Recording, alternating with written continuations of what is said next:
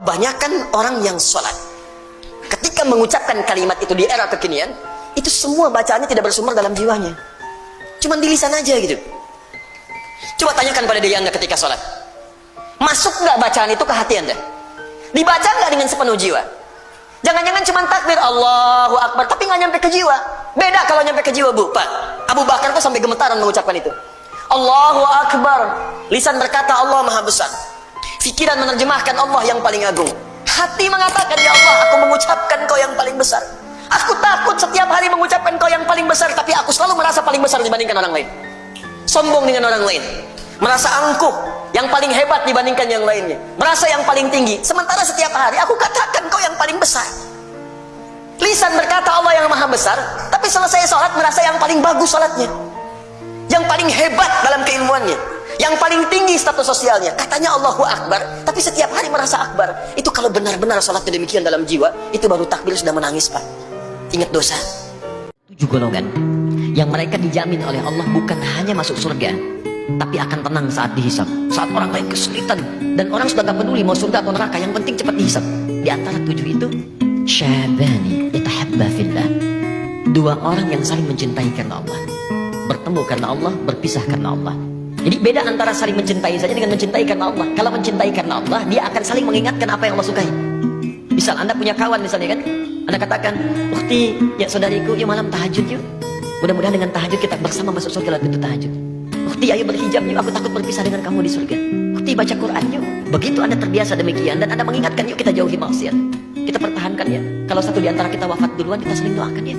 Yang seperti itu bahkan langsung disebut di hadis yang lain, kalau dia dihisab duluan kemudian masuk ke surga dan dia belum menemukan kawannya, maka dia akan berkata, "Ya Allah, saya di dunia bersama si fulan, saya di dunia bersama si fulan. Mohon ya Allah dengan segala kemuliaan-Mu, jadikan saya bergandengan tangan dengannya masuk ke surga." Riwayatnya sahih. Lakukan zikir Nabi Ayub alaihissalam. Bukan hanya diberikan ketenangan pada jiwa, bahkan diberikan kesembuhan. Diberikan kesembuhan. Ini ada saudara kita yang sedang ikut karantina dari Goa, cukup jauh, Makassar ke sana, 30 orang, rata-rata di atas 50 tahun, 53, 57, sekian, sekaligus pendidikan imam. Sekarang di Sukabumi, ada di antara mereka yang matanya satu nggak ngelihat, satu. Coba saya sampaikan pesan Al-Quran ini, saya datang, saya kunjungi ke sana, saya sampaikan, begini cara menghafal, Anda bacakan doa ini, sebelum menghafal ini, setelah menghafal ini. Kalau ada hajat khusus, cari di Al-Quran. Saya tunjukkan beberapanya. Tahu apa yang terjadi? 2-3 hari ke belakang saya dapat berita, ternyata yang nggak melihat ini, hari pertama, kedua, ke-13, ke-14, ke-15 tiba-tiba remang-remang penglihatannya. Begitu masuk hari selanjutnya, dia buka kamar mandi masih pakai handuk, langsung ada cahaya. Ini nyata, kelihatan semua benda yang di situ, bisa melihat kembali. Dia keluar seketika, dia langsung sujud bersyukur kepada Allah Subhanahu wa ta'ala. Ini kisah nyata, saya tidak mengarang. Zikirnya, anni massaniya dhurru wa anta arhamur rahimin. Allahumma anni massaniya dhurru wa anta arhamur rahimin. Ya Allah, penyakit ini sudah mengganggu saya, melukai saya, sedangkan Kau yang paling sayang kepada saya. Kalau yang paling sayang saja tidak menyembuhkan saya, kepada siapa lagi saya mesti meminta? Kata Allah, jika Anda punya kesulitan dalam hidup, apapun jenisnya, maka terimalah itu dengan sabar, lalu mintakan solusinya kepada Allah. Logika sederhananya begini, kalau bapak ibu ada kesulitan tentang perihal tertentu, maka Anda akan mencari pakar untuk menyelesaikannya. Motor ada masalah, pergi kemudian ke bengkel. Fisik ada masalah, pergi ke dokter. Sekarang hidup kita punya masalah, maka yang bisa menyelesaikan semua itu kita harus datang kepadanya. Siapa itu? Carilah yang tidak punya batas dalam pemberiannya. Bukan cuman sekedar memperbaiki motor Anda dengan kun fayakun dan ditunjukkan kepada bengkel terbaik. Bahkan ia mampu mendatangkan motor yang lebih baru. Masalah apa yang Anda miliki? Maka datang kepadaku, kata Allah, karena aku tidak punya batas dalam pemberian. Wasta'inu bisabri wassalah. Jika engkau punya persoalan dalam hidup, sabar dulu, terima. Nanti saat sholat, datang kepadaku, mintakan apa yang ingin kau mohonkan. Kadang-kadang Allah seakan menunda apa yang menjadi hak Anda. Bukan ingin menunda dan membiarkan Anda tidak mendapatkan sesuatu, tapi ingin memberikan semua nikmat secara sempurna. Kalau antum sehari berusaha, nggak dapat apa-apa, tapi bukankah pada saat itu doa antum akan bertambah? Bukankah malamnya salatnya nambah? Tahajud? Bukankah di situ kadang-kadang kita istighfar? Teman-teman, bukankah istighfar menggugurkan dosa? Bukankah berdoa menambah harapan? Bukankah tahajud menambah pahala lagi?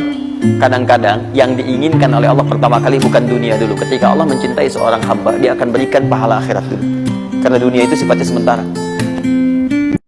Lakukan zikir Nabi Ayub alaihissalam. Bukan hanya diberikan ketenangan pada jiwa, bahkan diberikan kesembuhan. Diberikan kesembuhan.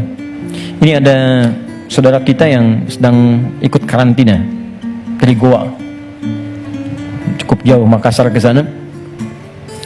30 orang. Rata-rata di atas 50 tahun. 53, 57, sekian. Sekaligus pendidikan imam. Sekarang di Sukabumi. Ada di antara mereka yang matanya satu nggak ngelihat. Satu. Coba saya sampaikan pesan Al-Quran ini, saya datang, saya kunjungi ke sana, saya sampaikan begini cara menghafal. Anda bacakan doa ini sebelum menghafal ini, setelah menghafal ini. Kalau ada hajat khusus, cari di Al-Quran. Saya tunjukkan beberapanya. Tahu apa yang terjadi? 2-3 hari ke belakang saya dapat berita, ternyata yang nggak melihat ini, hari pertama, kedua, ke-13, ke-14, ke-15 tiba-tiba remang-remang melihatannya. Begitu masuk hari selanjutnya, dia buka kamar mandi masih pakai handuk, langsung ada cahaya. Ini nyata, kelihatan semua benda yang di situ, bisa melihat kembali. Dia keluar seketika, dia langsung sujud bersyukur kepada Allah Subhanahu wa ta'ala. Ini kisah nyata, saya tidak mengarang. Zikirnya, anni massaniya dhurru wa anta arhamur rahimin. Allahumma anni massaniya dhurru wa anta arhamur rahimin. Ya Allah, penyakit ini sudah mengganggu saya, melukai saya, sedangkan Engkau yang paling sayang kepada saya. Kalau yang paling sayang saja tidak menyembuhkan saya, kepada siapa lagi saya mesti meminta?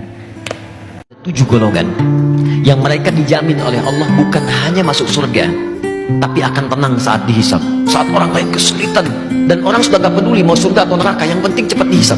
Di antara 7 itu, syabani yatahabba fillah, 2 orang yang saling mencintai karena Allah, bertemu karena Allah, berpisah karena Allah. Jadi beda antara saling mencintai saja dengan mencintai karena Allah. Kalau mencintai karena Allah, dia akan saling mengingatkan apa yang Allah sukai. Misal Anda punya kawan misalnya kan, Anda katakan, ukhti, ya saudariku, yuk malam tahajud yuk. Mudah-mudahan dengan tahajud kita bersama masuk surga lewat pintu tahajud. Ukhti, ayo berhijab yuk, aku takut berpisah dengan kamu di surga. Ukhti, baca Quran yuk. Begitu Anda terbiasa demikian dan Anda mengingatkan, yuk kita jauhi maksiat, kita pertahankan ya. Kalau satu di antara kita wafat duluan, kita saling doakan ya. Yang seperti itu bahkan langsung disebut di hadis yang lain, kalau dia dihisab duluan kemudian masuk ke surga dan dia menemukan kawannya, maka dia akan berkata, ya Allah, saya di dunia bersama si fulana, saya di dunia bersama si fulan, mohon ya Allah dengan segala kemuliaan-Mu, jadikan saya bergandengan tangan dengannya masuk ke surga. Riwayatnya sahih. Lakukan zikir Nabi Ayub alaihissalam. Bukan hanya diberikan ketenangan pada jiwa, bahkan diberikan kesembuhan. Diberikan kesembuhan. Ini ada saudara kita yang sedang ikut karantina dari Goa. Cukup jauh, Makassar ke sana. 30 orang. Rata-rata di atas 50 tahun. 53, 57, sekian. Sekaligus pendidikan imam. Sekarang di Sukabumi. Ada di antara mereka yang matanya satu nggak ngelihat. Satu. Coba saya sampaikan pesan Al-Quran ini, saya datang, saya kunjungi ke sana, saya sampaikan begini cara menghafal. Anda bacakan doa ini sebelum menghafal ini, setelah menghafal ini. Kalau ada hajat khusus, cari di Al-Quran. Saya tunjukkan beberapanya. Tahu apa yang terjadi? 2-3 hari ke belakang saya dapat berita, ternyata yang nggak melihat ini, hari pertama, kedua, ke-13, ke-14, ke-15 tiba-tiba remang-remang melihatannya. Begitu masuk hari selanjutnya, dia buka kamar mandi masih pakai handuk, langsung ada cahaya. Ini nyata, kelihatan semua benda yang di situ, bisa melihat kembali. Dia keluar seketika, dia langsung sujud bersyukur kepada Allah Subhanahu wa ta'ala. Ini kisah nyata, saya tidak mengarang. Zikirnya, anni massaniya dhurru wa anta arhamur rahimin. Allahumma anni massaniya dhurru wa anta arhamur rahimin. Ya Allah, penyakit ini sudah mengganggu saya, melukai saya, sedangkan Engkau yang paling sayang kepada saya. Kalau yang paling sayang saja tidak menyembuhkan saya, kepada siapa lagi saya mesti meminta?